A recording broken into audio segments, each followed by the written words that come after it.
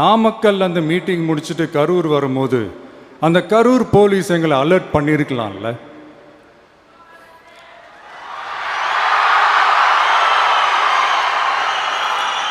இல்லை சார், இங்கே எதிர்பார்த்ததை விட கொஞ்சம் கூட்டம் அதிகமாக இருக்குது, கண்ட்ரோல் பண்ண முடியல, வராதிங்க. அண்ட் போலீஸ் நினச்சா அவங்க அந்த மீட்டிங்கே கேன்சல் பண்ணலாம். ஏதோ தப்பாக இருக்குது, ஏதோ தப்பாக தோணுது அப்படின்னு நினச்சிட்டாலே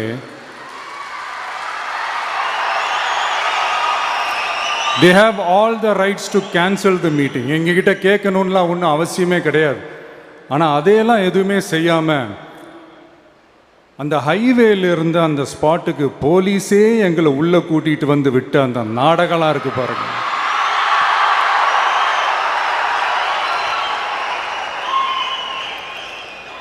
நம்பிட்டேங்க, முழுசாக நம்பிட்டேன்.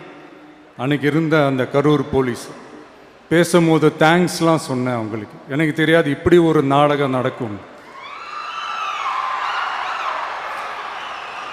இதுக்கெல்லாம் யார் காரணம்? இதெல்லாம் யார் சொல்லி செஞ்சது? இப்படி பண்ணுங்க, அப்படி பண்ணுங்க, சப்போஸ் அப்படி நடந்தா இப்படி பண்ணுங்க, சப்போஸ் இப்படி நடந்தா இந்த மாதிரி இன்ஸ்ட்ரக்ஷன்ஸ்லாம் கொடுத்து அந்த பிரஷர் போடுறது யாரு?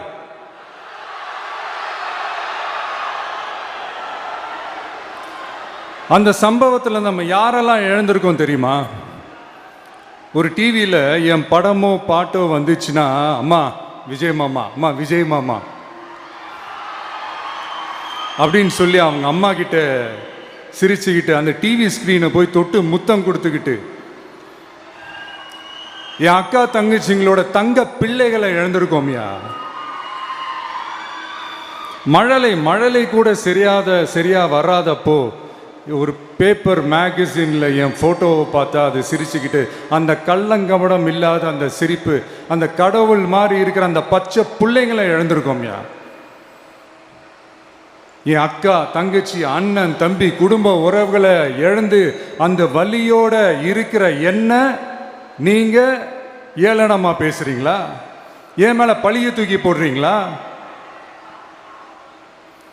இப்படி ஒரு சம்பவம் நடந்துருச்சு. இது ஏன், எதனால, அதுக்கான பின்னணி என்னன்ட்டு அந்த வலியோட வீட்டில் உட்கார்ந்துட்டு இருக்கிற ஓடி ஒளிஞ்சிட்டான்னு வர சொல்றீங்களா?